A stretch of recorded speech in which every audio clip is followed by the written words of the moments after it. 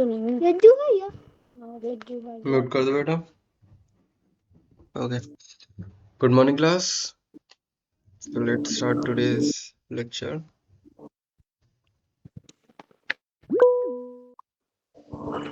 बोलो क्या हुआ?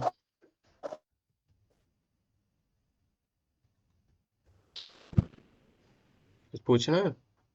नहीं? ठीक है, चलो ठीक है। Okay, so I think sufficient लोग आ चुके होंगे, टाइम भी हो चुका है, तो स्टार्ट करते हैं आज का लेक्चर। तो जैसा मैंने बताया था, हम लोग का बेसिक से रिकॉर्डिंग स्टार्ट करना है। तो okay, so let's start today's class. तो जैसा मैंने बताया था, हम लोग का बेसिक्स हो चुका था डिजाइनिंग में, स्टार्टिंग के फ्यू लेक्चर्स में। उसके बाद एक एक करके मैं आप लोगों को सारे डोमेन्स बता रहा हूँ कि किन किन डोमेन्स में यूज़ होता है हमारा डिज़ाइनिंग और किस तरह से यूज़ होता है। सो कल हम लोगों ने एविएशन, एरोस्पेस, ओवरऑल मतलब एरोडायनेमिक्स एंड ड्रोन डिज़ाइनिंग वो सब चीज़ें देखी थी कि कैसे यूज़ होता है डिज़ाइनिंग का इन फील्ड्स में। और आज हम लोग बात करने वाले हैं रोबोटिक्स और मैकेनिज्म्स में कैसे यूज़ होता है डिज़ाइनिंग का। ठीक है, तो पहले रिकैप करा देता हूँ लास्ट सेशन में हमने क्या क्या चीज़ें पढ़ी थी। लास्ट सेशन में हम लोगों ने सबसे पहले एरोडायनामिक्स के बारे में पढ़ा था। लिफ्ट, ड्रैग, थ्रस्ट, वेट, ये सारी चीज़ें क्या होती हैं एक एक करके बताई थी। और इन सब का रोल क्या होता है एरोडायनेमिक्स में और चीज़ें लिफ्ट करने में, वो सब बताया था। मतलब एरोडायनेमिक्स में ओवरऑल क्या रोल होता है एक एक चीज़ का, वो सब बताया था। ठीक है, यही चार मेजर फोर्सेस होती हैं। इसके अलावा ग्रेविटी भी होती है जो वेट के अंडर ही आएगी एक तरह से। ठीक है, फिर इसके बाद एरोफॉयल बताया था क्या होता है, रोटर शेप कैसे लिफ्ट जनरेट करता है, ग्रेविटी को ओवरकम करता है, वगैरह वगैरह सारी चीज़ें बताई थी। ठीक है, फिर ड्रोन फ्रेम के दो मेजर टाइप्स बताए थे, एक्स फ्रेम और एच फ्रेम। उनकी स्टेबिलिटी, एजिलिटी, डिफरेंसेस वगैरह बताए थे कैसे होते हैं, और सिमेट्री से कैसे टॉर्क डिस्ट्रीब्यूशन और हवा में स्टेबल होता है। ठीक है, देन एक छोटा सा ड्रोन फ्रेम का बिल्ड का होमवर्क में दिया था, होपफुली सब लोग करके लाए होंगे। देन टिंकर कैड पे भी कर सकते हो आप उसको, और ऑन शेप में तो कर ही सकते हो। ठीक, देन हम लोगों ने एरोस्पेस मटेरियल्स पढ़े थे कि कौन कौन से मटेरियल्स यूज़ होते हैं और कौन कौन से मटेरियल्स किस किस चीज़ों में यूज़ होते हैं। तो हमने बेसिकली पढ़ा था कार्बन फाइबर यूज़ होता है हमारा, ये मेजरली फ्रेम बनाने में यूज़ होता है क्योंकि काफ़ी मतलब स्टेनलेस स्टील से 5 टाइम्स स्ट्रॉन्गर होता है बाय, और उसके साथ साथ 1/4 उसका वेट होता है इसका। तो इसलिए कंपेयर टू स्टेनलेस स्टील इसका वेट 1/4 होता है, तो ये प्रेफर किया जाता है फ्रेम बनाने के लिए। Then TPU rubber like material होता है, इसे गार्ड्स वगैरह बनाने के लिए यूज़ किया जाता है। एल्यूमिनियम इंसर्ट्स होते हैं हमारे चीज़ों को स्क्रू डाउन करने के लिए, होल्ड करने के लिए। देन पीएलई यूज़ होता है हमारा प्रोटोटाइपिंग के लिए। तो ये सारे मटेरियल्स बताए थे। फिर उसके बाद चलो इतनी चीज़ें थी। ठीक है, तो होमवर्क सबने होपफुली किया होगा, किसी को अगर कुछ डाउट हो तो पूछ लेना। ठीक, so let's start today's class. आज हम लोग देखो क्या क्या चीज़ें सीखेंगे। सबसे पहले आज हम लोग रोबोटिक्स और मैकेनिज्म्स के बारे में पढ़ने वाले हैं। ठीक है, सो उसमें हम क्या क्या चीज़ें पढ़ेंगे, सबसे पहले हम लोग लिंकेज मैकेनिज्म समझेंगे क्या होता है। ठीक है, कौन कौन से तरह के लिंकेज होते हैं, 4 बार, स्लाइडर, कैंक्स, स्कॉच योक। ठीक है, ये सब नाम है उसके, कैसे कैसे होते हैं। रोटरी मोशन को हम लीनियर मोशन कैसे बनाते हैं, ये मैंने आप लोग को स्टार्टिंग में बताया था। इसे रेसिप्रोकेटिंग मोशन बोलते हैं हम लोग। ठीक है, और इसका हमने जॉइंट और इसकी कैसे क्लियरेंस होती है वो सब चीज़ें भी पढ़ी थी। तो आज उस मैकेनिज्म के ऊपर आने वाले हैं कैसे होता है। ठीक है, और ये जो रोटरी मोशन से लीनियर मोशन कन्वर्ट वाला होता है बहुत इंपॉर्टेंट होता है हमारा, क्योंकि ये रोबोट आर्म्स में, प्रिंटर हेड में, सीएनसी एक्सिस में सब जगह यूज होता है। ठीक है, फिर उसके बाद हम लोग डिज़ाइन एक्चुएटर माउंट्स के बारे में एक्चुएटर माउंट क्या बोलते हैं, एक्चुएटर एक चीज़ होती है, अभी बताऊंगा आप लोग क्या होता है। उसके माउंट्स डिज़ाइन कैसे किए जाते हैं वो समझाएंगे आपको। Then servo motors, stepper motors, linear actuator, ये सब के माउंट कैसे डिज़ाइन किए जाते हैं ये पढ़ेंगे। फिर सेंसर्स का इंटीग्रेशन पढ़ेंगे, कैसे सेंसर्स लगाए जाते हैं, क्योंकि रोबोट्स बना रहे हैं तो उसमें ऑब्वियस सी बात है सेंसर्स रहेंगे ही रहेंगे। ठीक है, सेंसर समझते हो सब लोग क्या होता है? सीएनसी सीएनसी देखो आप लोग का होता है बेटा, माइक म्यूट कर दो शोभित। सीएनसी देखो आप लोग का होता है बेटा, एक मशीन होती है, जैसे आप लोगों ने देखा होगा ड्रिलिंग मशीन वगैरह होती है। सो अभी आप लोग ऐसे समझ सकते हो, कंप्यूटर के थ्रू वो चल रही होती है, उसमें कोड वगैरह डालते हैं। और अभी के लिए आप ऐसे समझ सकते हो जैसे ड्रिल वगैरह होती है आपकी, तो वैसे ही उसमें एक टूल लगा होता है जो कि माउंटेड होता है, ठीक है। ऐसे करके रहता है, इसमें एक टूल लगा होता है ऊपर साइड से, ठीक है। टूल मतलब ऐसे समझ सकते हो, ऐसे ड्रिल बिट होती है, ड्रिल के ऊपर लगी होती है आपकी। इसमें एक टूल लगा होता है। अब इसमें क्या रहता है, एक कंप्यूटर रहता है, उसमें हम लोग एक कोड डालते हैं, उसे जी कोड बोलते हैं, स्पेशल कोड होता है, ठीक। अब इसमें होता बेसिकली ये है कि ये एक टोटल ओवरऑल माउंटेड मतलब उसमें स्क्रू फिट किया जाता है, ठीक है। स्क्रू से और चीज़ों से लगाया जाता है, माउंटेड का मतलब होता है लगाया जाता है, ठीक है। सो बेसिकली ये मतलब है कि इसमें एक टूल लगा होता है। टूल बेसिकली तुम समझ सकते हो, जैसे ड्रिल करते हैं तो उसमें आगे ऐसे स्क्रू लगा होता है, जिसपे ऐसे ऐसे करके बनी होती हैं ग्रूव्स, है ना। आगे साइड में वो पॉइंटेड होता है, ठीक। तो ऐसे ऐसे करके ग्रूव्स बनी होती हैं, तो ऐसे एक टूल होता है, रोटेट कर रहा होता है। तो वैसे ही बेसिकली एक टूल लगा होता है इसके ऊपर जो रोटेट कर रहा होता है। अब इसमें देखो होता ये है कि वर्कपीस ऐसे लगा होता है, जो वर्कपीस का मतलब होता है कि जिस भी चीज़ के ऊपर हम काम कर रहे हैं, तो यहाँ पे भी कोई भी मेटल का पीस या कुछ भी लगा हो सकता है। उसके ऊपर अब हम लोग काम करते हैं इसके थ्रू। अब ये पूरी तरह से ऑटोमेटेड मशीन होती है, अपने आप काम करती है। वो कैसे काम करती है, इसमें हम लोग जी कोड डाल देते हैं। वो बेसिकली क्या बताता है इसको कि ठीक है, अब अलग अलग तरह से होता है, कुछ में हम लोग का जो टूल वाला पार्ट है, यानी कि जो ड्रिल वाला पार्ट है, वो मूव कर रहा होता है। कुछ में ये मूव कर रहा होता है। तो बेसिकली क्या है, यहाँ पे एक शार्प सा टूल लगा हुआ है ड्रिल बिट जैसे, वो बहुत स्पीड में रोटेट कर रहा है, और नीचे वर्क पीस है। तो अब वो जहाँ भी कांटेक्ट में आएंगे वहां पे होल्स करेगा, ये चीज़ों के चीज़ें कट करेगा, और जो भी करना होगा वो चीज़ें करेगा, ठीक है। सो बेसिकली ये होता है इसमें कि हम लोग एक कोड डालते हैं, उसके हिसाब से मूव करता है, और उसके हिसाब से हमें जिस शेप को कट करना है वो शेप इसमें कट हो जाता है, ठीक है। सो ये तुम लोग की होती है सीएनसी मशीन। फिर उसके बाद होता है हम लोगों का, एक सेकंड रुकना, लो निकाल दो।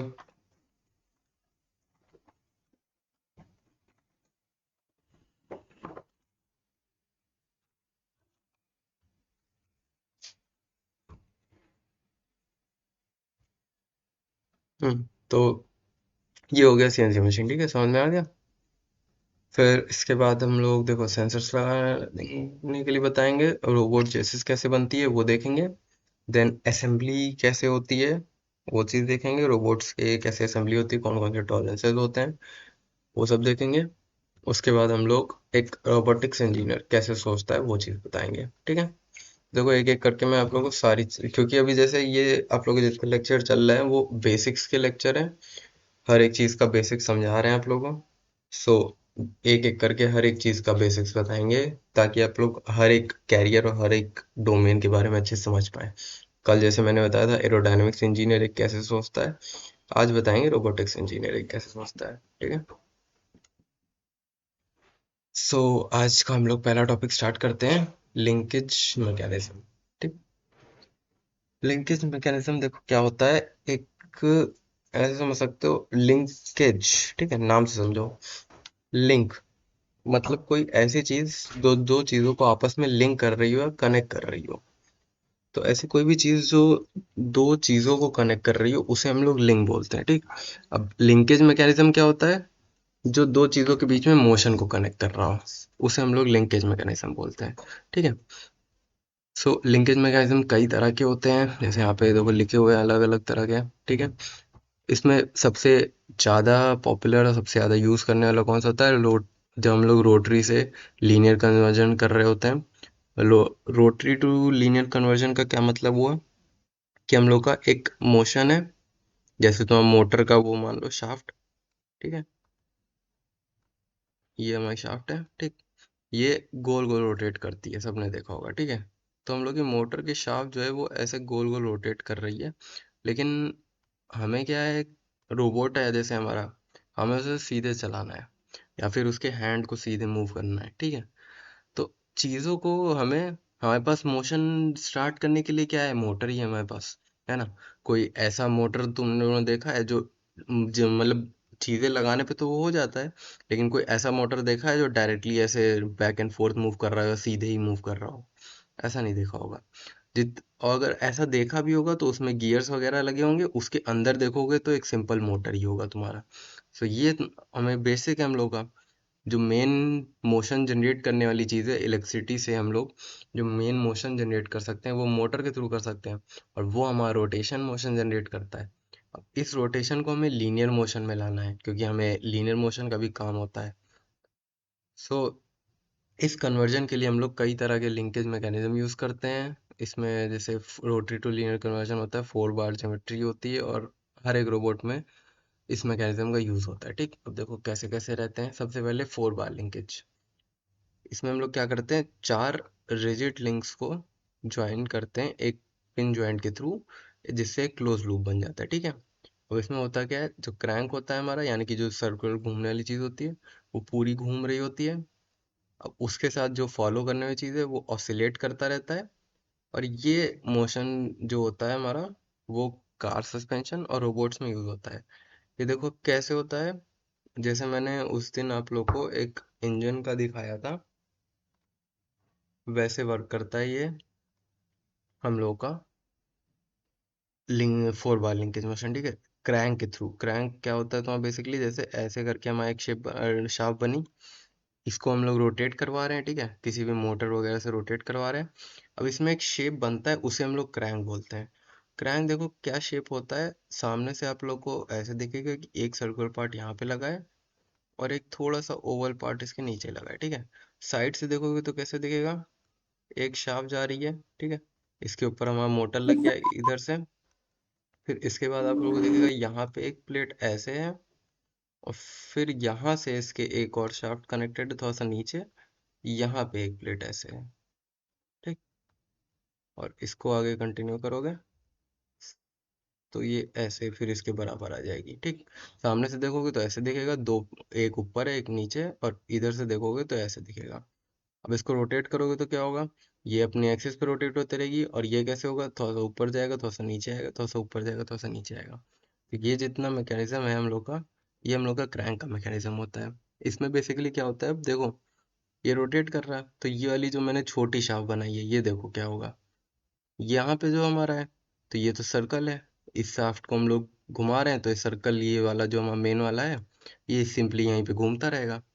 लेकिन अब ये जो छोटे वाली शाफ्ट है, जो ये इन दोनों डिस्क को कनेक्ट कर रही है, वो यहाँ कहीं पे है ना, और हमारी शाफ्ट यहाँ से रोटेट कर रही है। तो अब ये वाली जो शाफ्ट होगी छोटी वाली, वो देखो एक छोटे सर्कल में ऐसे गोल गोल घूमेगी। ऐसे हमारे यहाँ पे एक शाफ्ट लगी हुई छोटी सी, वैसे छोटे से सर्कल में यहाँ पे ऐसे गोल गोल घूमेगी, है ना। सो अब ये जो गोल घूमती है, इसके थ्रू हम लोग लगा देते हैं, इस छोटी शाफ्ट के थ्रू एक रॉड लगा देते हैं। ठीक है। और फिर उस रॉड को ऊपर साइड में कनेक्ट कर देते हैं किसी भी सिलेंडर के अंदर। सो अब इसमें बेसिकली क्या होता है कि ये गोल गोल घूम रही है, अब एक फ्रीली कनेक्टेड रॉड इस पे लग गई है। सो इसके गोल घूमने से क्या होता है, एक इसकी देखो टॉप पोजीशन आ रही है, एक इसकी बॉटम पोजीशन आ रही है, उसके बीच में ट्रांजिशन कर रहा है left to right, right to left. तो इसमें बेसिकली क्या होता है, जब हम लोग इसको घुमाते हैं, सो ये जब ऊपर जाता है तो ये इसको पुश करता है, रॉड को पुश कर रहा है, तो हम लोग का ये ऊपर चला जाएगा, यहाँ पे जो भी लगाएंगे हम। देन यहाँ पे पहुंचने के बाद वापस ये नीचे आएगा, तो रॉड को पुल करेगा, रॉड को पुल करेगा तो यहाँ पे जो भी चीज़ होगी नीचे आ जाएगी।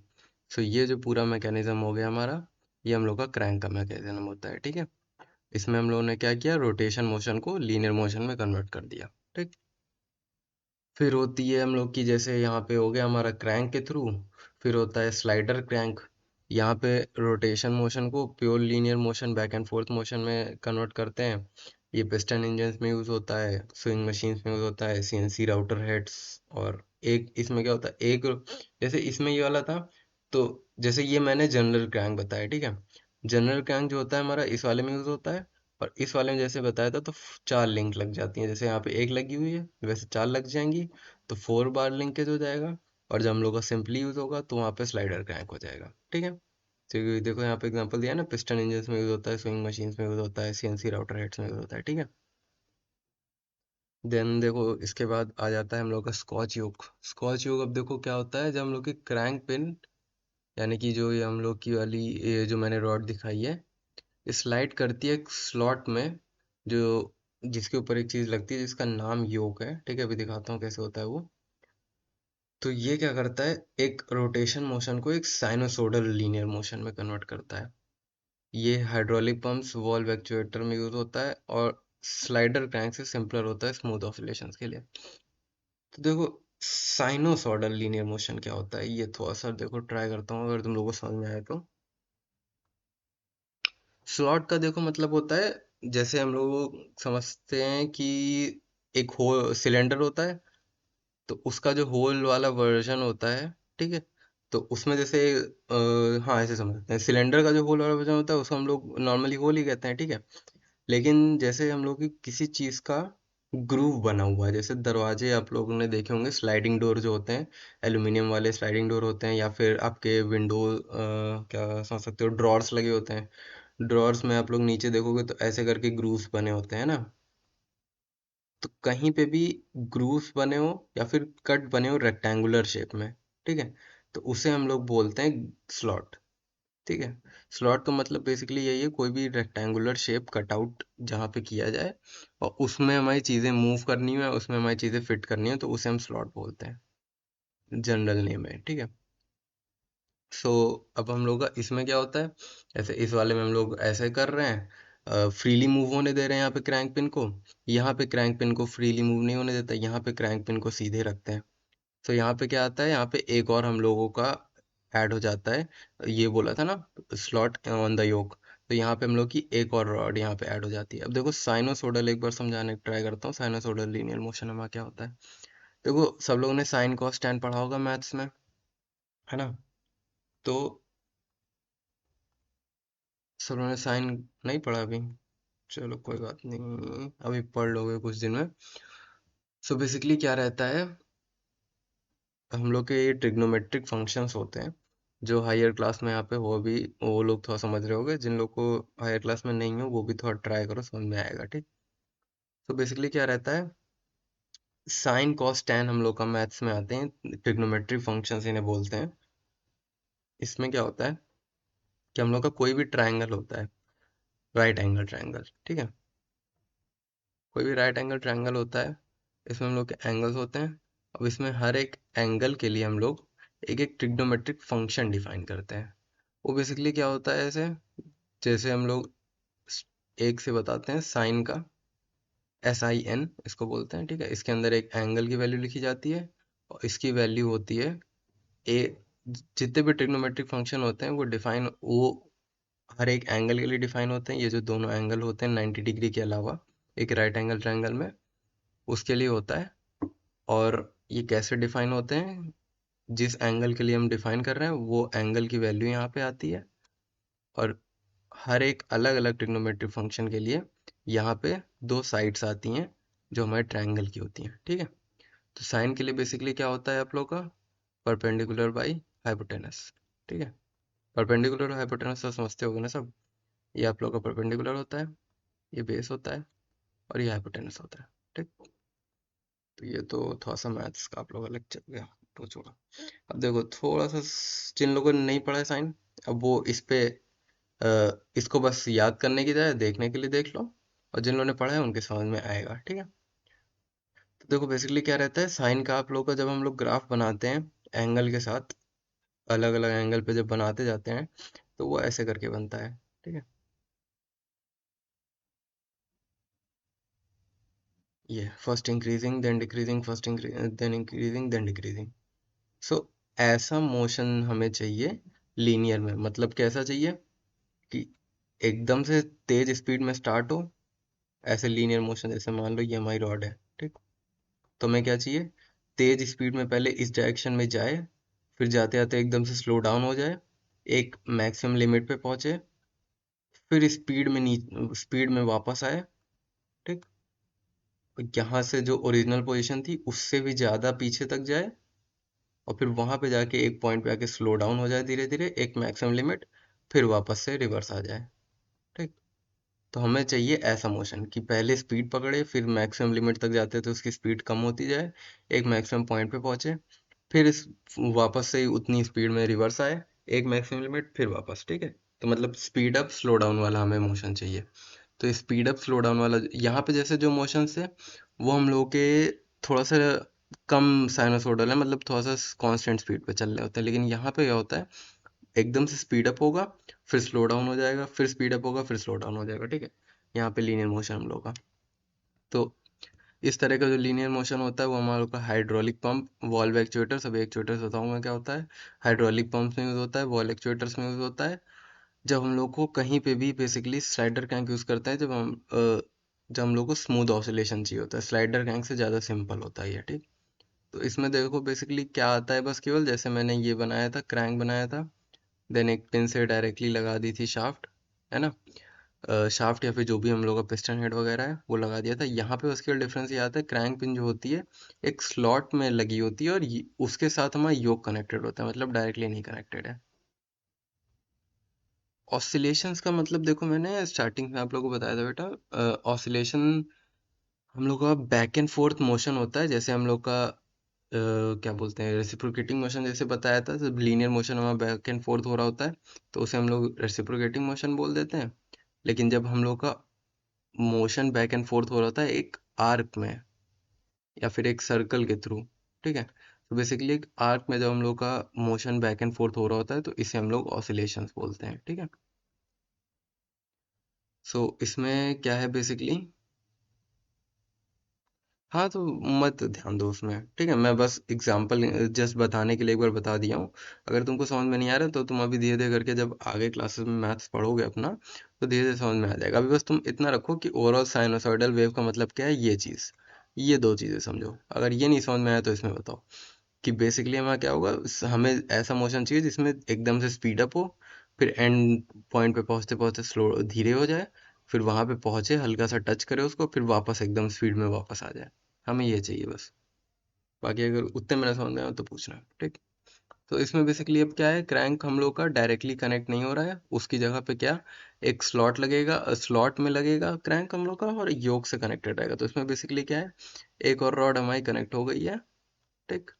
वो हम लोग का रोटेशन मोशन से कन्वर्ट होगा, और ये जो क्रैंक रहेगा वो ऐसे एक स्लॉट के अंदर लगा रहेगा, यानी कि रेक्टेंगुलर एक ऐसे कट आउट होगा, उसके अंदर के वो सीधे सीधे मोशन करेगा। तो इससे देखो क्या हुआ, जो हम लोग की क्रैंक ऐसे टेढ़ी हो जा रही थी, ये इस बार अब क्रैंक को टेढ़ा नहीं होने देगा। उसी से होगा ये चीज़ कि हल्का सा स्पीड अप होगा, फिर हल्का सा स्लो डाउन होगा, ठीक। तो हमने बेसिकली क्या किया, क्रैंक को एक जगह पे रोक दिया है और उसको फिर एक दूसरी चीज़ से कनेक्ट कर दिया है, एक और रॉड बीच में लगा दिया, फिर उसको कनेक्ट किया।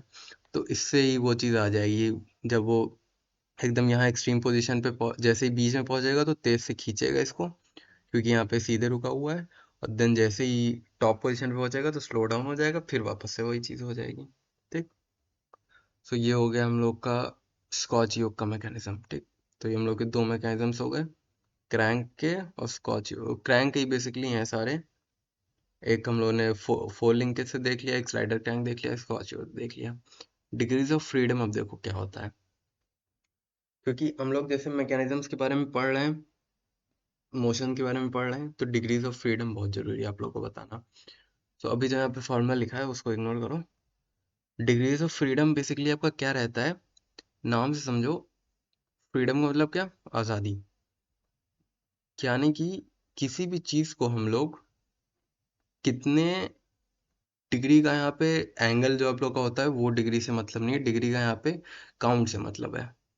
सो कितने तरह से हम किसी चीज़ को आज़ादी दे रहे हैं, यानी कितनी तरह से उससे फ्रीडम दे रहे हैं मूवमेंट का, वो हम लोग का होता है डिग्रीज ऑफ फ्रीडम। अब देखो ये कैसे होता है, जैसे हम लोगों ने एक बॉल ऐसे ही ली और उसे ग्राउंड पे छोड़ दिया, ठीक है, ग्राउंड पे छोड़ दिया या हवा में उछाल के छोड़ दिया, या फिर ज़्यादा बेटर तरी ऑप्शन है डिग्री ऑफ फ्रीडम समझना है आपको तो स्पेस में आओ। स्पेस में हमें, स्पेस में क्या है, कोई फोर्स नहीं लग रहा किसी डायरेक्शन में, एकदम आइसोलेटेड स्पेस में है, ठीक है हम लोग। ये ना समझना अर्थ के आसपास है तो अर्थ की ग्रेविटी लगेगी, ठीक, एकदम आइसोलेटेड स्पेस में। अब देखो मैंने ये छोड़ दिया, तो अब ये बॉल को मैंने इसे छोड़ दिया है, तो अब इसको कोई भी चीज़ किसी तरह से रोक रही है, नहीं रोक रही है।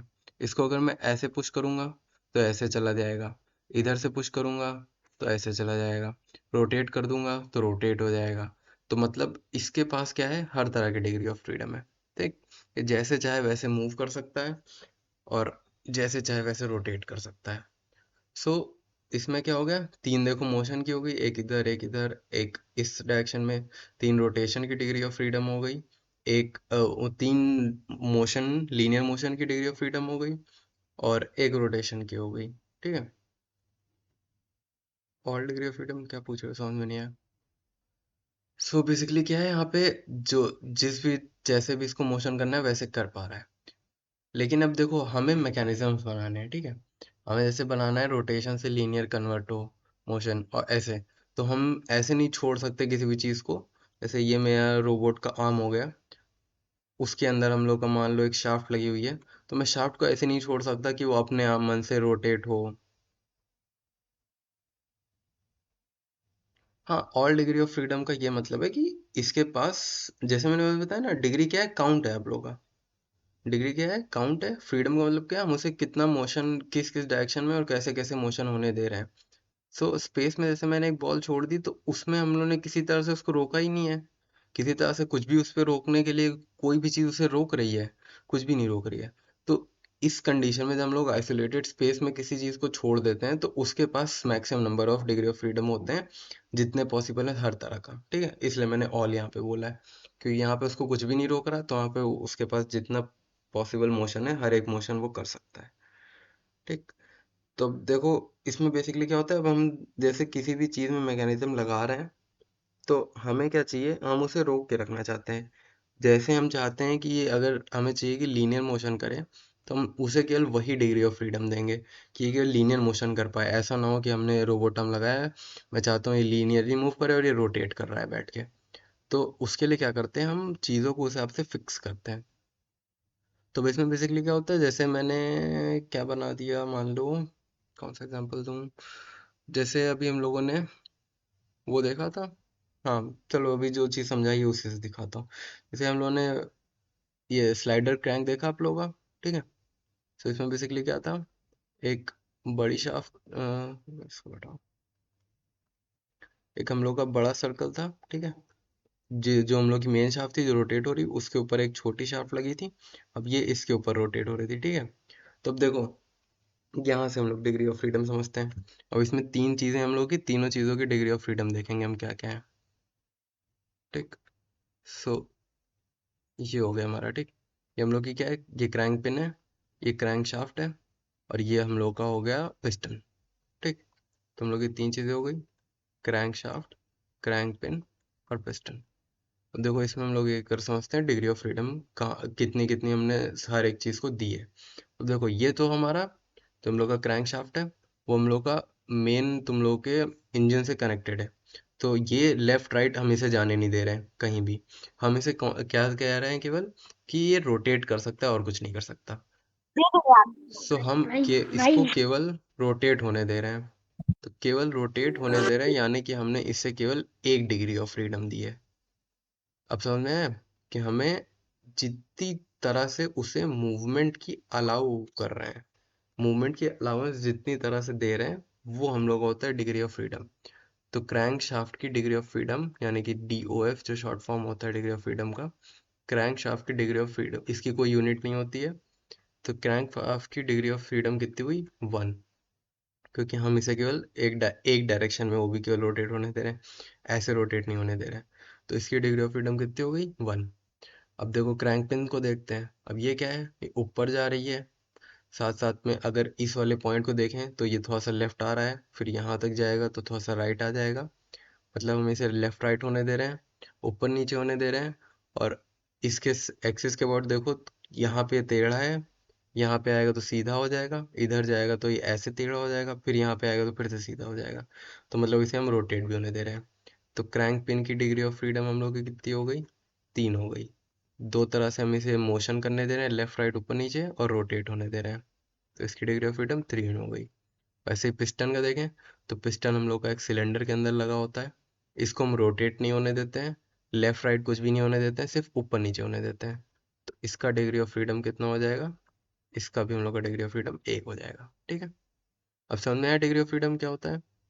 सो बेसिकली क्या है, हम लोग कितनी तरह से किसी भी चीज़ को मूवमेंट का फ्रीडम दे रहे हैं, मूवमेंट करने को अलाउ कर रहे हैं, वो चीज़ होता है हमारा डिग्री ऑफ फ्रीडम। ठीक, अब इसमें हम लोग का फॉर्मूला आता है, इसको ग्रूबर्स फॉर्मूला बोलते हैं। इसमें 3L1 minus 2J1 minus J2 होता है। देखो अभी क्या है, बेसिकली यहाँ पे सब लोग अलग अलग क्लास के हो, इसलिए मैं हर एक चीज़ थोड़ा थोड़ा ऐड करे दे रहा हूँ। ये थोड़ा सा एडवांस लेवल का है। जो चीज़ें जानते हैं वो इसको समझ सकते हैं, जो नहीं जानते हैं उन्हें मैं बेसिक समझाए दे रहा हूँ साथ साथ में, ठीक है। तो ये बेसिकली हमारा फॉर्मूला होता है कैलकुलेट करने के लिए। 4 बार लिंकेज में 1 डिग्री ऑफ फ्रीडम होती है, एक इनपुट कंट्रोल करता है पूरे सिस्टम को। लिंक जितनी हम लिंक ऐड करते जाएंगे उतना हमारा डिग्री ऑफ फ्रीडम ऐड होता जाता है, क्योंकि जैसे यहाँ पे पिन है और यहाँ पे जैसे पिस्टन है। पिस्टन को हम लोगों ने केवल ऐसे ही छोड़ दिया, तो अब यहाँ पे सिलेंडर के अंदर लगा हुआ है, तो अब इसके बाद मोशन का केवल एक ही है। अभी हम लोग एक और चीज़ से किसी से जोड़ दें तो वो उस डायरेक्शन में मोशन कर पाएगा। सो बेसिकली क्या होता है, लिंक ऐड करते हैं तो उससे डिग्री ऑफ फ्रीडम ऐड हो जाती है, लिंक रिमूव करते हैं तो सिस्टम और कंस्ट्रेंड हो जाता है, ठीक है। सो डिजाइनिंग मैकेनिज्म की बेसिकली यहीं से स्टार्ट होती है कि कितनी डिग्री ऑफ फ्रीडम किसको देना है किसको नहीं देना है, उसके हिसाब से डिजाइनिंग की जाती है चीज़ों की। देन इसके बाद मैकेनिज्म्स में मूवमेंट और टॉर्क बहुत मैटर करता है। टॉर्क क्या होता है, मूवमेंट क्या होता है। टॉर्क देखो बेसिकली तुम्हारा क्या होता है, फोर्स समझते हो तुम लोग। फोर्स क्या होता है, किसी चीज को पुश या पुल कर रहे हैं तो कितने हैं उसके साथ कर रहे हैं। पिस्टन में क्या नहीं समझ में आया, डिग्री ऑफ फ्रीडम नहीं समझ में आया इसकी, कि पिस्टन नहीं समझ में आया, पिस्टन होता क्या है।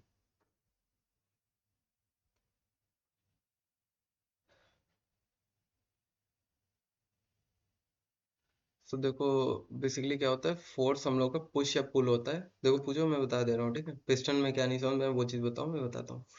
तो फोर्स बेसिकली क्या होता है, हम लोग किसी चीज़ को पुश या पुल कितने मैग्नीट्यूड के साथ कर रहे हैं, वो मैग्नीट्यूड और डायरेक्शन को जब हम मिलाते हैं तो वो हम लोग का बनता है फोर्स। फोर्स एक वेक्टर होता है, यानी कि उसकी एक डायरेक्शन होती है और एक उसका। हाँ तो बस उतना ही ध्यान दो, पिस्टन क्या होता है एग्जैक्टली वो मत ध्यान दो, मैं चीज़ों का एग्जांपल ले रहा हूँ तुम्हें बताने के लिए। अब जैसे तुम डिग्री ऑफ फ्रीडम समझना है तो अपने आसपास की चीज़ों से भी जैसे एक बार बता देता हूँ। मैं चीज़ों का एग्जांपल ले रहा हूँ जो मैकेनिज्म्स में यूज होता है। जैसे इजियर अगर, हाँ तो ये ऐसे पूछते रहोगे तो मुझे समझ में आएगा, तुम्हें समझ में आ रहा है कि नहीं, तो मैं इजियर और जाऊंगा। अब देखो डिग्री ऑफ फ्रीडम अगर पिस्टन में ही समझ में आया, तो तुम थोड़ा सा इसको और लोअर लेवल पे आओ। जैसे तुम देखो अपने चारों तरफ क्या चीजें देख सकते हो। जैसे जो लोग लैपटॉप चला रहे हैं वो लैपटॉप का वो देखें, स्क्रीन।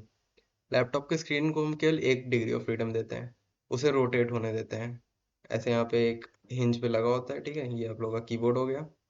तो इसके ऊपर केवल स्क्रीन को हम लोग केवल 1 डिग्री ऑफ फ्रीडम देते हैं कि वो ऐसे रोटेट हो पाए। और यही सेम हिंज का मैकेनिज्म आपके दरवाजों में होता है। दरवाजे देखिए दीवार से कनेक्टेड है। अब वो दीवार से जुड़े हुए हैं किससे, हिंज के थ्रू जुड़े हुए हैं। अब दरवाजा क्या आप लोग अपनी पोजीशन से आगे पीछे आता है, नहीं आता है। वो जहाँ पे है वहीं पे रहता है, बस अपनी एक ही पोजीशन पे रोटेट करता है दरवाजा।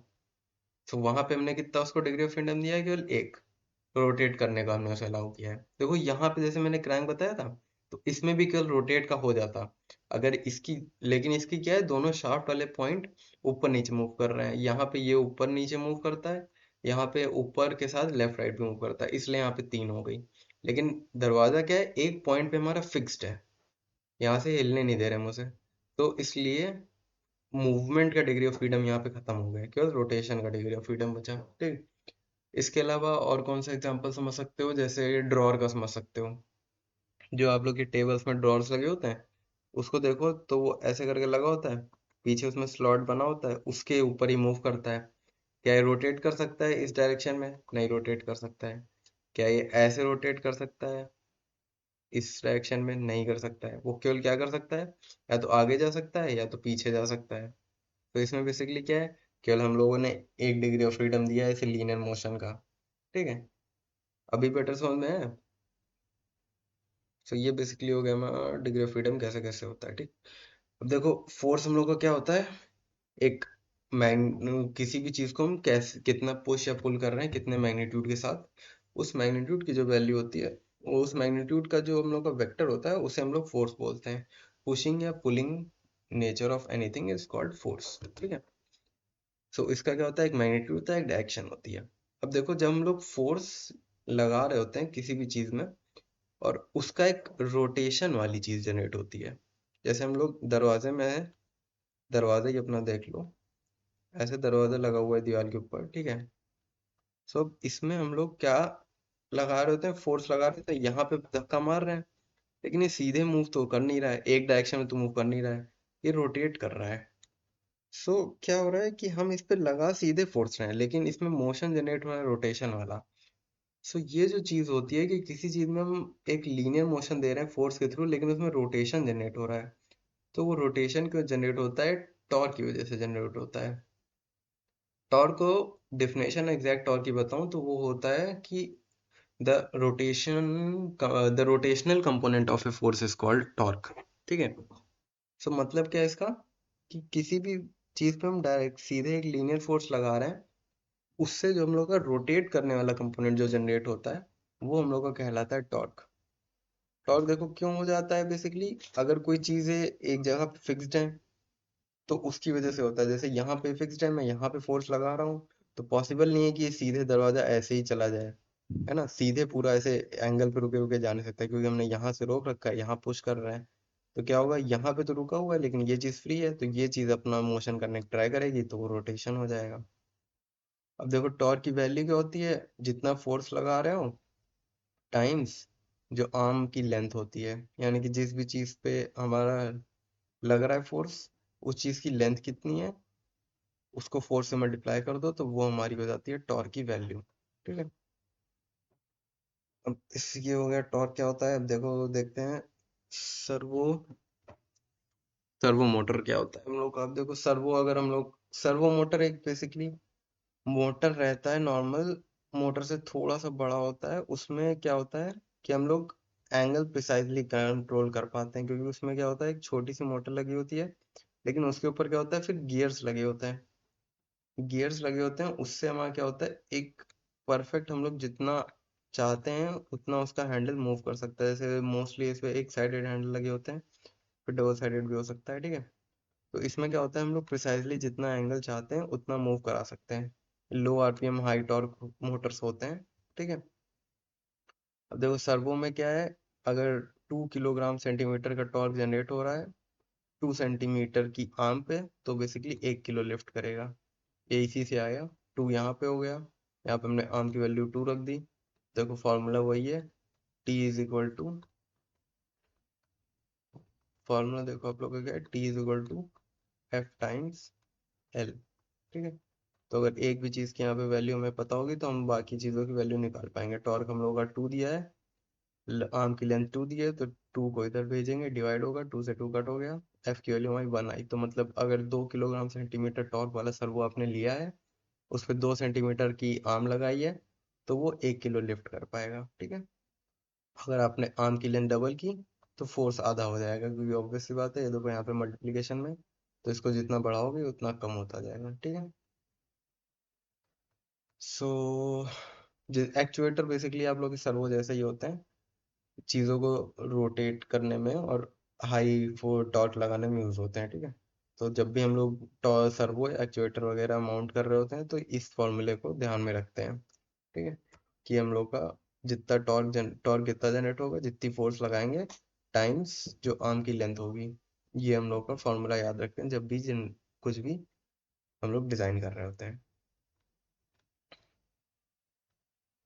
अब देखो समझते हैं एक्चुएटर डिजाइन कैसे होते हैं। एक्चुएटर्स बेसिकली क्या है, जैसे भी मैंने बताया कि चीज़ों को रोटेट और वो कंट्रोल करने के लिए, रोटेशन और उसके लीनियर मोशन के बीच में कंट्रोल करने के लिए जो होता है वो डिज़ाइन होता है, जो उसे हम लोग एक्चुएटर डिज़ाइन बोलते हैं। अब ये दो तरह के होते हैं, एक सर्वो होता है, एक स्टेपर होता है। सर्वो मोटर और स्टेपर मोटर, इन दोनों के बीच में डिफरेंस समझते हैं कि क्या क्या होता है। देखो सर्वो मोटर क्या होता है, एक डीसी मोटर होता है जिसमें एक गियर बॉक्स लगा होता है सिंपल सा, जो हम लोग का कंट्रोल करने में चीज़ें हेल्प करता है। ठीक है। सो बेसिकली क्या है, कितना हम उसे कितनी देर के लिए सिग्नल दे रहे हैं, वो डिटरमाइन करेगा कि कितने एंगल से हम लोग का रोटेट कर रहा है शाफ्ट।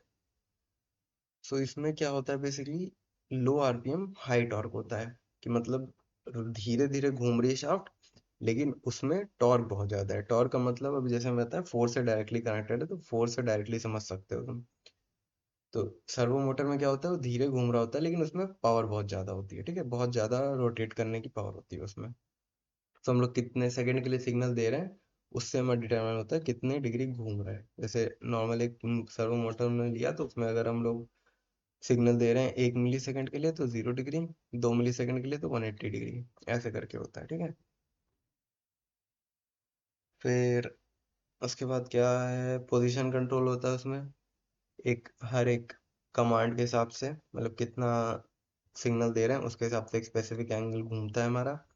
स्पीड यहाँ पे ज़्यादा नहीं होती, स्पीड बहुत कम होती है, तो मतलब जितना सिग्नल दे रहे हैं उसके हिसाब से स्पीड नहीं, उसके हिसाब से एंगल आएगा, क्योंकि बहुत कम आरपीएम होता है इसका, ठीक।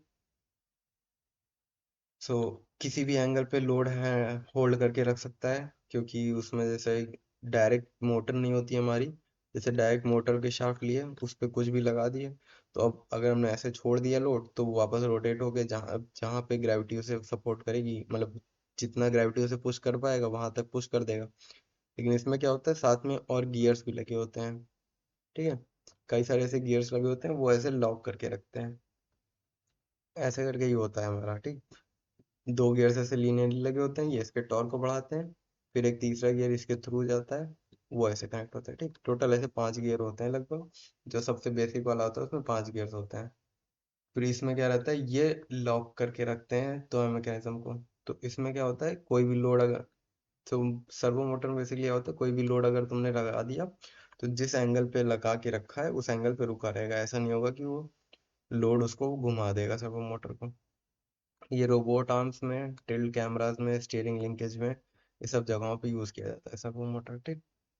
इसका डिजाइन कैसे होता है, सर्वो फ्लैंजेस स्टैंडर्ड हम लोग के कैसे बनाया है, 25T स्प्लाइन और 4 3 M के होल के M3 के होल किए जाते हैं।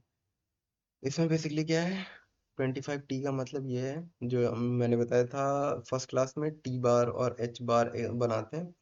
तो इसके लिए क्या बनता है, 25T स्प्लाइन बनती है और 4 M3 होल किए जाते हैं। M3 का मतलब क्या है, 3 डायमीटर के होल किए जा रहे हैं यहाँ पे, ठीक है। तो बेसिकली ऐसे करके बनता है, इसके ऊपर यहाँ पे 4 होल्स किए जाते हैं, इसके ऊपर हम लोग का सर्वो लगता है, ठीक। हाँ बताओ बेटा, पूछ लिया करो माइक ऑन करके या फिर हैंड रेस करके, ठीक। फिर इसके बाद देखो, माउंट को अच्छे से क्लैंप करना जरूरी है ताकि वाइब्रेशन, हाँ बोलो। सर एक बार सर्वो मोटर क्या होता है, एक और बार बता दोगे? ठीक है, बताता हूँ, देखो एक बार ही बता दो तो फिर बताता हूँ। सो माउंट्स को अच्छे से क्लैम्प करना जरूरी है, क्योंकि यहाँ पे बहुत ज़्यादा टॉर्क जनरेट हो रहा है तो वाइब्रेशन वगैरह रहेगा। तो उससे बचने के लिए और आउटपुट शाफ्ट को एक्सपोज करना रहता है यहाँ पे, वो ध्यान देना होता है। सबसे बाहर वाली जो है वो हम लोग की जहाँ पे हमें चाहिए वहाँ पे हो, और केबल वगैरह पिंचिंग वगैरह के बना लगाए जा सकें, ठीक। ये सब चीज़ों का ध्यान रखते हैं माउंट डिज़ाइन करते टाइम। कैड में कैसे डिज़ाइन करते हैं, वो बेसिकली यही है, 25T स्प्लाइन जैसे मैंने बताया था अभी। तो 25T स्प्लाइन की EMI वैल्यूज़ हैं 40.5, 20.5, 0.5 का क्लियरेंस छोड़ रहे हैं, और 4 M3 के होल रखते हैं स्टैंडर्ड स्पेसिंग पे। और फिर हॉर्न क्लियरेंस रखते हैं 30 mm का, ठीक है। केबल स्लॉट और ये सब चीज़ें होती है। ये धीरे धीरे करके समझोगे जब देखोगे एक सर्वो मोटर होता कैसे है। सर्वो मोटर देखो बेसिकली क्या है, जैसे एक नॉर्मल मोटर है तुम्हारा, ठीक। उसमें एक शाफ्ट निकली होती है। तो इसमें क्या है, अगर हम लोग इस पे जैसे इसको सामने से अगर देखें तो देखो क्या है, ऐसे तुम्हारी मोटर है, इसके बीचों बीच में शाफ्ट है, ठीक। अब मैंने इसके ऊपर एक आर्म लगा दिया, ठीक है, क्योंकि मुझे रोटेशन को, रोटेशन जैसे मान लो बड़े सर्कल में करना है इसको, रोबोट के ऊपर जैसे मैंने लगाया, ये रोबोट का हाथ हो गया, ठीक। रोबोट का हाथ मुझे ऊपर नीचे करना है। तो अब मैंने क्या किया, इसको सामने से देख रहा हूँ, यहाँ पे मैंने ऐसे रोबोट का आर्म लगा दिया, ये मोटर है। अब अगर ये आर्म हल्का है, ज्यादा भारी नहीं है, तो चलो अच्छा ये रुका रहेगा। लेकिन अगर मैंने इसके ऊपर कुछ भी लोड लगा दिया, ठीक है, इसके ऊपर कोई चीज टांग दी, अब क्या है, मोटर रुकेगा नहीं यहाँ पे। ये क्या होगा, ग्रेविटी की वजह से इधर तरफ को ऐसे रोटेट हो जाएगा और ये सीधे नहीं रुकेगी, ऐसे टेढ़ा हो जाएगी। तो इस चीज को रोकने के लिए, और जैसे अब यहाँ पे लोड लगा हुआ है तो इस मोटर में टॉर्क नहीं है उतना, मतलब उतना रोटेट करने की पावर नहीं है, ठीक है। जैसे फोर्स होती है वैसे ही टॉर्क होता है, रोटेट करने की पावर होती है बस टॉर्क। सो रोटेट करने की उतनी पावर नहीं है इसके अंदर। तो हम लोग के दो देखो आए मेन प्रॉब्लम किसी भी रोबोट या मैकेनिज्म में लगा रहे हैं अगर नॉर्मल मोटर, तो पहली चीज तो कि उसके पास उतना टॉर्क नहीं है नॉर्मल मोटर में। और दूसरी चीज़ कि अगर हमने लोड लगा के छोड़ दिया तो ये मोटर खुद को रोक नहीं पाएगा, मतलब मोटर ये शाफ्ट की पोजीशन को रोक नहीं पाएगा, वो ऐसे रोटेट हो जाएगा वापस। ठीक, क्योंकि जैसे मोटर तुम लोगों ने देखा होगा अगर कभी, तो इस शाफ्ट को अगर तुम हाथ से घुमाओ तो ये घूम जाता है आसानी से। सो बेसिकली इस सब चीज़ों को रोकने के लिए हम लोग जो यूज़ करते हैं वो होता है फिर हमारा सर्वो मोटर। उसमें क्या होता है, जैसे ये हमारी नॉर्मल मोटर थी, तो इसके ऊपर अब क्या करते हैं, कई सारे गियर्स के मैकेनिज्म लगा देते हैं इसी शाफ्ट के ऊपर। तो बेसिकली होता है पहले एक गियर लगा, उससे कनेक्ट होकर एक दूसरा लग गया, उससे कनेक्ट होकर एक तीसरा गियर लग गया, इसके थ्रू एक शाफ्ट जाती है, यहाँ पे गियर लगता है, देन यहाँ पे गियर लगता है, देन एक फाइनल गियर लगता है जो इन दोनों के बीच में कनेक्ट होता है। ये तुम लोग का मैकेनिज्म है कैसे होता है इसके अंदर का। ठीक, तो अब ये जो गियर्स होते हैं आपस में ऐसे कनेक्ट किए जाते हैं कि हर एक गियर के बाद इसका आरपीएम कम होता जाता है, यानी कि कितनी स्पीड से रोटेट कर रहा है वो कम होता जाता है, लेकिन रोटेट करने से पावर जो जनरेट हो रही है वो बढ़ता जाता है। ठीक है, और लास्ट में एक शाफ्ट निकलती है, वो तुम लोग की फाइनल शाफ्ट हो जाती है। ये पूरा ऐसे बॉक्स के अंदर एक बंद रहता है। सो इसमें बेसिकली क्या हुआ कि यहाँ पे आते आते अब हम लोग का जो एक्चुअल मोटर जो थी उससे आरपीएम बहुत कम हो गया लेकिन टॉर्क बहुत ज्यादा हो गया। और अब इसके ऊपर जैसे मैंने ऐसा कोई मैकेनिज्म लगाया तो ये गियर्स इसको अब रोक के रखेंगे, ऐसे रोटेट नहीं होने देंगे कि लोड इस पे लगा हुआ है तो ग्रेविटी की वजह से वो खींच रहा है नीचे, तो ये घूम जाएगा। ये चीज यहाँ पे नहीं होगी सर्वो मोटर में, क्योंकि यहाँ पे गियर्स लगे हुए हैं तो रोक के रखते हैं। ठीक है, अभी समझ में आया सर्वो मोटर में क्या करते हैं। बेसिकली गियर्स वगैरह लगा देते हैं टॉर्क बढ़ाने के लिए, और उसकी मदद से हम लोग का चीजें रुकी रहती हैं, जो चीजें हमें रोकनी है जिस भी एंगल पे। ठीक, अब देखो स्टेपर मोटर क्या होता है। स्टेपर मोटर बेसिकली क्या है, एक ब्रशलेस डीसी मोटर होता है जिसमें हम लोग का और ज्यादा प्रेसिजन होता है। ठीक है, यहाँ पे हम लोग ने क्या किया था, बेसिकली सिग्नल हम लोग कितने देर के लिए दे रहे हैं, कितने मिली सेकंड के लिए, उससे डिग्रीज डिफाइन होती हैं। लेकिन यहाँ पे क्या होता है, और ज्यादा कंट्रोल होता है हम लोग पास, और ज्यादा प्रिसाइज होता है ये। कितना रहता है एक रिवोल्यूशन के अंदर, जैसे हम लोगों ने यहाँ पे क्या किया था, एक रिवोल्यूशन तुम लोग को पता है 360 डिग्रीज का होता है, पूरे एक सर्कल में कितना एंगल होता है, 360 डिग्री होता है। तो यहाँ पे क्या था, हमने हर एक को ऐसे एक एक डिग्री में डिवाइड किया था कि एक डिग्री घुमाने के लिए जितने भी डिग्री घुमाने हैं उसके लिए कितने मिली सेकेंड का सिग्नल देना पड़ेगा। लेकिन यहाँ पे क्या हम डिग्रीज में डिफाइन नहीं कर रहे हैं, स्टेप्स में डिफाइन कर रहे हैं। कितना जैसे होता है नॉर्मली, एक कॉमनली क्या यूज होता है, 1.8 डिग्री होता है एक स्टेप का, या फिर 200 स्टेप्स होते हैं एक रिवोल्यूशन में, यानी कि एक पूरे सर्कल में 200 स्टेप्स होते हैं। अब स्टेपर मोटर क्या होता है, एक एक स्टेप के हिसाब से मूव करता है, जितने स्टेप बोलोगे उतने स्टेप मूव करेगा। ठीक, ये स्टेप डायरेक्शन और उसका सिग्नल सब माइक्रो कंट्रोलर के थ्रू कंट्रोल होता है। यहाँ पे बहुत ज़्यादा प्रिसाइज कंट्रोल होता है, यहाँ पे कोई एनकोडर रिक्वायर्ड नहीं होता है, क्योंकि जैसे यहाँ पे कौन कौन सी चीज़ें होती हैं, एक नेमा 17 आप लोग का क्या समझ सकते हो, एक सर्किट होता है, वो यूज़ होता है। पोजीशन यहाँ पे रोक के रखता है। ठीक है, इसमें भी वही चीज़ है, लोड के साथ लोड को रोक के रखता है सेम पोजीशन पे। ठीक है, 3D प्रिंटर्स में यूज होता है, लेजर कटर में, सीएनसी मशीन में स्टेपर मोटर यूज होता है। सो बेसिकली सर्वो और स्टेपर मोटर में क्या डिफरेंस है, इसमें हम लोग जो सिग्नल देते हैं उसके हिसाब से हमारा एंगल डिटरमाइन होता है, कितने एंगल घूमेगा। लेकिन यहाँ पे एंगल की जगह एक एक स्टेप डिफाइन होता है, कितने स्टेप्स घूमेगा। और स्टेप तुम्हारे मोटर के पैर से डिफाइंड होते हैं, जैसे जनरली क्या होता है 200 स्टेप्स पर रिवोल्यूशन। ठीक, इसका डिजाइन कैसे होता है, इसका डिजाइन भी वैसे ही है जैसे नेवा 17 तुम लोग का एक स्टेपर मोटर का नाम है। ठीक है, तो नेवा 17 में क्या रहता है, 4 MCU बोल लेते हैं, 30 mm का, 31 mm का स्क्वायर पैटर्न रहता है। ठीक, ये तुम लोगों की वैल्यूज हैं जो जनरल मोटर के लिए यूज होती है। ठीक, जैसे इसमें दिया था। कैड में कैसे डिजाइन करते हैं वही हम लोगों ने लिया, क्लियरेंस वगैरह डाला हर एक चीज का, और उसके हिसाब से बना देते हैं। ठीक, ठीक है, हम लोग का हो गया सर्वो मोटर और स्टेपर मोटर। देखो एक बार बता देता हूँ सेंसर्स कैसे इंटीग्रेट किए जाते हैं और असेंबली के लिए डिजाइनिंग कैसे होती है।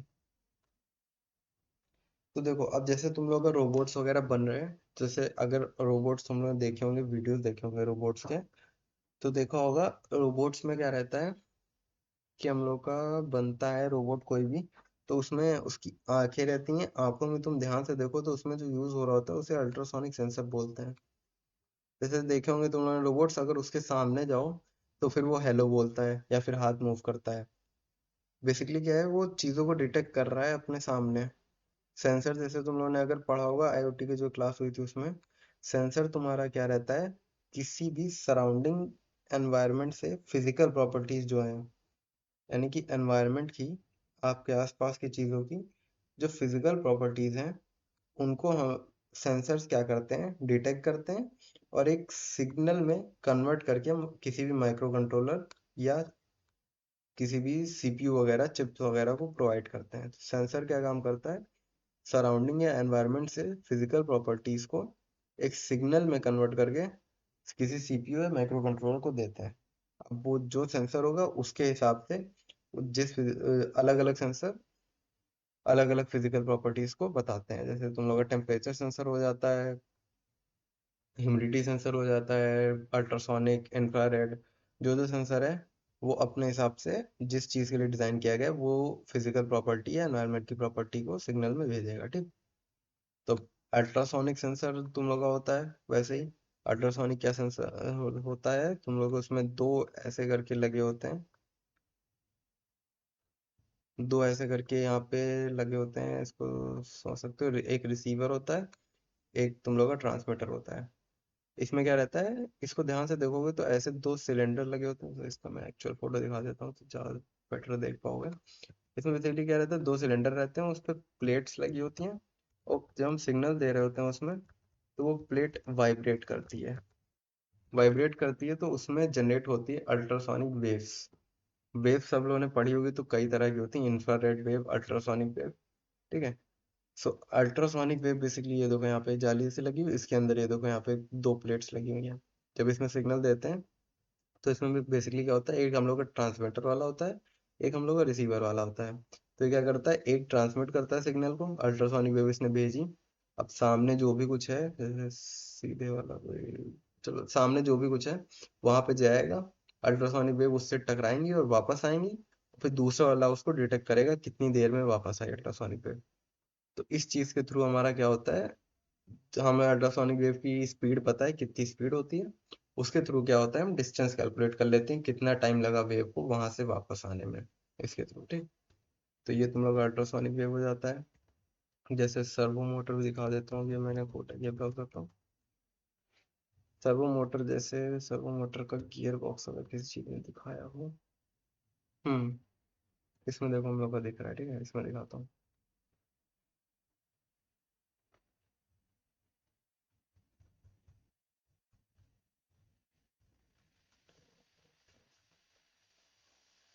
ये जैसे तुम वहाँ देखो, ये तो मैंने बताया था ना, ये तुम लोग का नॉर्मल मोटर हो गया, ये हम लोग का सर्किट होगा जो उसके अंदर लगा है।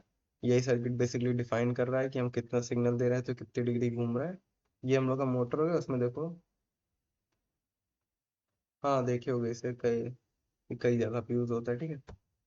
तो अब देखो जैसे मैंने बताया था, एक दो तीन चार पाँच, ऐसे पांच लगे हुए हैं इसमें अलग अलग गियर्स, यहाँ पे एक दो तीन चार और ये पांच, ठीक है, पांच गियर्स लगे हुए हैं। इससे कनेक्ट होते हुए हैं, एक इसमें डायरेक्टली कनेक्टेड है, फिर दूसरा इसके ऊपर है, तीसरा इसके ऊपर है, और एक चौथे से ये डायरेक्टली कनेक्टेड है, फिर उसके ऊपर जाके ये कनेक्टेड है, ठीक। तो ये हमारी छोटी सी मोटर है, ये high RPM motor, high RPM low torque होती है, ठीक है। मतलब ये तेजी से घूमती है लेकिन इसमें रोटेटिंग फोर्स बहुत कम होता है। तो इसे हम लोग पांच गियर्स के थ्रू कन्वर्ट करा करा के इसका आरपीएम स्लो कर देते हैं, लेकिन इसका टॉर्क बहुत ज्यादा बढ़ जाता है। अब यहाँ पे जो ये शाफ्ट है, ये सीधे जाके इसके बीच अंदर लगी हुई है, पोटेंशियोमीटर होता है इसके अंदर।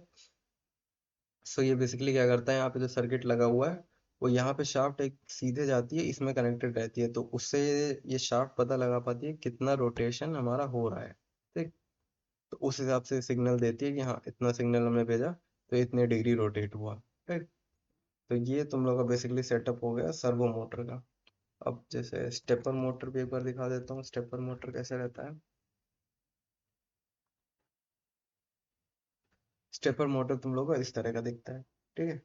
इसके अंदर स्टेपर मोटर तुम लोगों ने अगर सीएनसी मशीन वगैरह देखी होंगी, सीएनसी मशीन या फिर 3D प्रिंटर देखे होंगे, तो उसमें ऐसे बड़े ब्लैक मोटर्स लगे होते हैं, ठीक। तो ये क्या होता है, स्टेप्स में डिफाइन होते हैं कैसे कैसे रोटेट करेंगे, कितना सिग्नल दोगे तो, ठीक। उसके बाद आते हैं हम जैसे, तो बेसिकली क्या होगा, सेंसर्स हम लोग के यूज होते हैं रोबोट्स में। अलग अलग तरह के सेंसर होते हैं, अल्ट्रासोनिक सेंसर जैसे। तब उन चीज़ों को हमें माउंट करना होता है। तो हम लोग कैसे माउंट करते हैं उसका हम लोग का यहाँ पे डिफाइंड है। जैसे HC SR04 हम लोग का सबसे कॉमनली यूज अल्ट्रासोनिक सेंसर होता है। उसकी डायमेंशन ये देखो यहाँ पे दी गई हुई है। हमेशा सीधे लगे होने चाहिए, जिस भी चीज़ से हमें डिस्टेंस मेजर करनी है, 0 डिग्री टिल्ट पे। ग्राउंड क्लियरेंस वगैरह होना चाहिए, और M2 होल्स लगाते हैं। तो ये बेसिकली हर एक चीज़ के लिए यहाँ पे दिया गया हुआ है कितनी वैल्यूज कहाँ पे यूज होती हैं। IMU माउंट होता है, इनर्शियल मेजरमेंट यूनिट। IMU ये बेसिकली क्या करती है, कितना रोटेशन या कितना मोशन हो रहा है वो चीज़ कैलकुलेट करती है, ठीक। उसका यहाँ पे दिया हुआ है कितना हम लोग लगाते हैं, कैसे उसकी डायमीटर होती है, ये सब चीज़ें, ठीक। कैमरा ब्रैकेट कैसे लगाया जाता है, 3 एंगल की पोजिशंस होती हैं। M3 लॉक स्क्रू लगाए जाते हैं। केबल मैनेजमेंट के लिए कैसे डिज़ाइन किया जाता है। स्लॉट्स अभी बताया था ना, किसी भी चीज़ में अगर हम लोग कट आउट कर रहे हैं तो उसे स्लॉट्स बोलते हैं। केबल मैनेजमेंट के लिए क्या करते हैं कि जब हम लोग वो डिज़ाइन कर रहे होते हैं तो उसमें ध्यान रखते हैं कि हमें इसमें केबल्स भी लगानी है। तो उसके हिसाब से जगह जगह पे स्लॉट्स बना देते हैं कि इसके थ्रू हम लोग वायर्स लगा देंगे, फिर उसे जिप टाई से रोक देंगे, या फिर अगर बेटर है तो उसे क्लोज डाउन कर देंगे, ठीक। सो ये हो गया हम लोग का।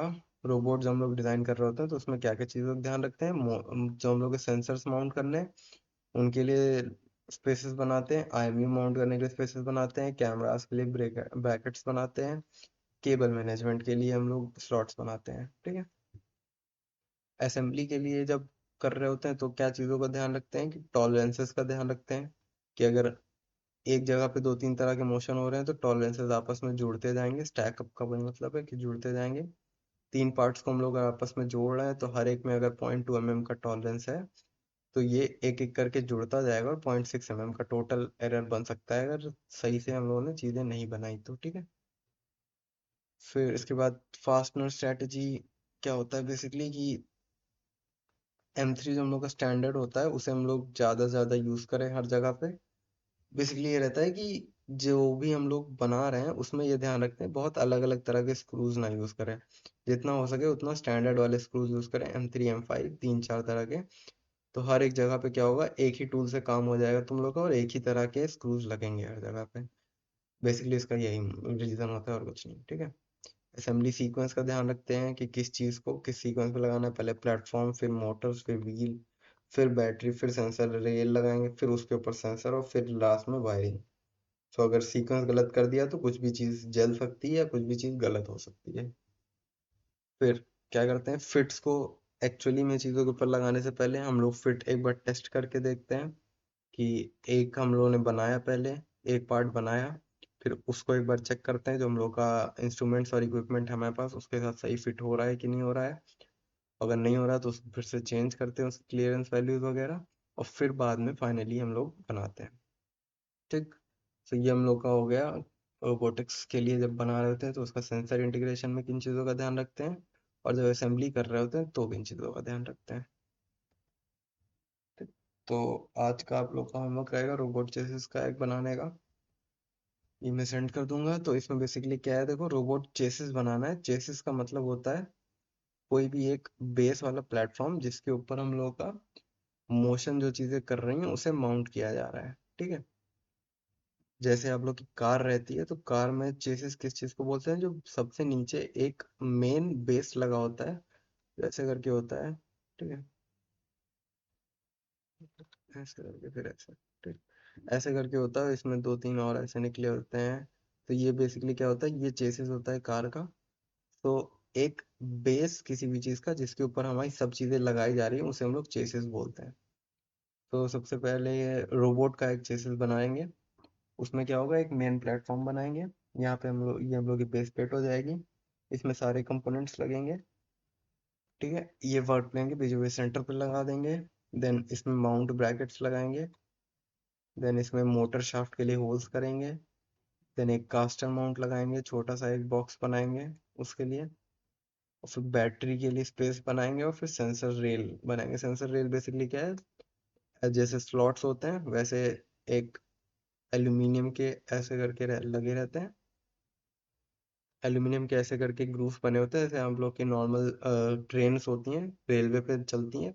वो बेसिकली क्या होता है कि एक रेल बना होता है, उसके ऊपर हमारी उस ट्रेन मूव करती है। तो सेंसर रेल क्या है कि एल्यूमिनियम कैसे बने होते हैं रॉड्स, इसके ऊपर हम लोगों का सेंसर माउंट किया जाता है मूव करने के लिए इधर उधर। ठीक। तो इतनी चीजें हम लोग बनाएंगे, एक बेसिक रोबोट का चेसिस बनाएंगे। उसमें क्या क्या रहेगा, एक मेन प्लेटफॉर्म रहेगा, उसमें हम लोग माउंटर ब्रैकेट्स लगाएंगे, किसके लिए, मोटर्स के लिए। उसमें हम लोग शाफ्ट के लिए मोटर का होल करेंगे, मोटर शाफ्ट का होल करेंगे, कास्टर माउंट लगाएंगे, बैटरी के लिए स्पेस लगाएंगे और सेंसर भी लगाएंगे। ठीक है। इसमें कोई भी दिक्कत आए तो पूछना तुम लोग। अब कुछ चीजें बता देता हूँ जैसे रियल लाइफ की, जैसे कोई भी टू ड्रिवन व्हील्स जो होती हैं, और उसमें अगर एक पैसिव कास्टर लगा दिया जाए तो एक सिंपल मोबाइल रोबोट बेस बन जाता है। कास्टर क्या है तुम्हारा, बेसिकली कास्टर ऐसे समझ सकते हो तुम लोग कि एक पॉइंट ऑफ कांटेक्ट होता है जो दो चीजों को जोड़ता है। जैसे मैंने क्रैंक की पिन बताई थी कि ऊपर पिस्टन एक हमारा सीधे मूव कर रहा है, नीचे क्रैंक हमारी रोटेशन मूव कर रही है, उसको जो कनेक्ट कर रहा है वो कास्टर है। सो अगर दो तुम लोग के रोटेशन मोशन है, उसके बीच में एक कास्टर लगा दिया, सबसे सिंपल एक रोबोट का बेस बन जाएगा वो। रोटेट करेंगे हम व्हील्स को अलग अलग स्पीड पे, तो उसके हिसाब से हम लोग का रोटेशन मोशन जनरेट होगा। ये सबसे सिंपल बेस होता है रोबोट का। ये रूम्बा जो तुम लोग देखा होगा कहीं एड्स वगैरह में, रूम्बा क्या होता है, क्लीनिंग रोबोट होता है, एक छोटा सा ऐसे गोल सा होता है, वो जगहों पे मूव कर रहा होता है। ठीक है। फिर उसके बाद वेयर हाउस के एएमआर होते हैं, फर्स्ट रोबोटिक्स। और जो सबसे सिंपल वाले होते हैं वहां पे हम लोग का यही होता है, दो व्हील्स होते हैं, एक कास्टर होता है। देन गियर मोटर स्पेक्स के बारे में तो बता देता हूँ। स्टैंडर्ड टीटी गियर्स मोटर्स होते हैं हमारे, वो 3 वोल्ट से 6 वोल्ट के बीच में चलते हैं। उसकी 200 आरपीएम होती है, 6 mm की उसमें शाफ्ट लगी होती है। ये तो खैर जो डेटा ही हो गया तुम लोगों का। ठीक है। फिर इसमें इम्पोर्टेंट पॉइंट जो है वो ये लास्ट में लिखा हुआ है कि जब भी हम लोग बना रहे होते हैं, कुछ भी डिजाइन कर रहे होते हैं, डेटा शीट हमेशा चेक करना बहुत जरूरी है कि किस चीज़ की कितनी डायमेंशन हम लोग की दी गई है, उसमें हम लोग क्लियरेंस लगा के फिर ही डिजाइन करेंगे। ठीक है। फिर व्हील प्लेसमेंट कैसे होता है, व्हील्स हमेशा सेंटर ऑफ मास जो मेरा रहता है उसके नीचे होना चाहिए, और उसके नीचे अगर नहीं है तो उसके अबाउट सिमेट्रिक होना चाहिए, तभी चीजें हमारी स्टेबल रहेंगी। ठीक है। और कास्टर अगर हमारा व्हील्स के पीछे लग रहा है तो टिप होने से हमारा बचाएगा। और व्हील की स्पेसिंग हमेशा 80 से 120 mm रखी जाती है नॉर्मल स्केल रोबोट्स के लिए। ठीक है। तो ये कुछ फैक्ट्स हो गए, ये होमवर्क हो गया आप लोगों का। नेक्स्ट सेशन में देखो अब सरफेस मॉडलिंग बताऊंगा कैसे होता है, लॉफ्ट और स्वीप सरफेसेस, शेल और थिकन कैसे करते हैं, प्रोडक्ट्स की जो हाउसिंग बनती है, यानी कि जो अब ये जो आ रहा है आप लोगों का, ये मोस्टली प्रोडक्ट डिजाइनिंग में यूज होती है चीजें।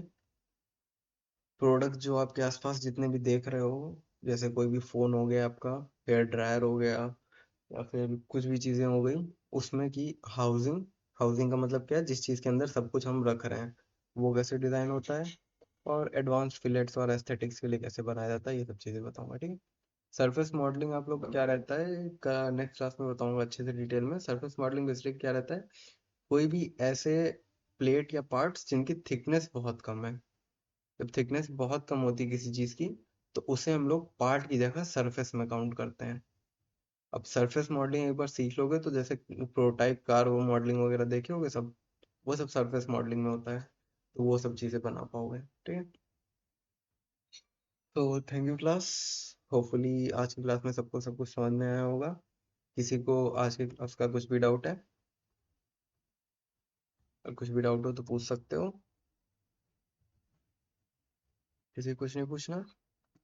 ठीक है। सो होमवर्क मैं सेंड कर दूंगा, नोट्स वगैरह। तो अगर किसी को कुछ भी डाउट आए उसमें तो पूछ लेना, और होमवर्क करके आना। ठीक है। चलो। ठीक है। बाय क्लास, सी यू, मैं लीव।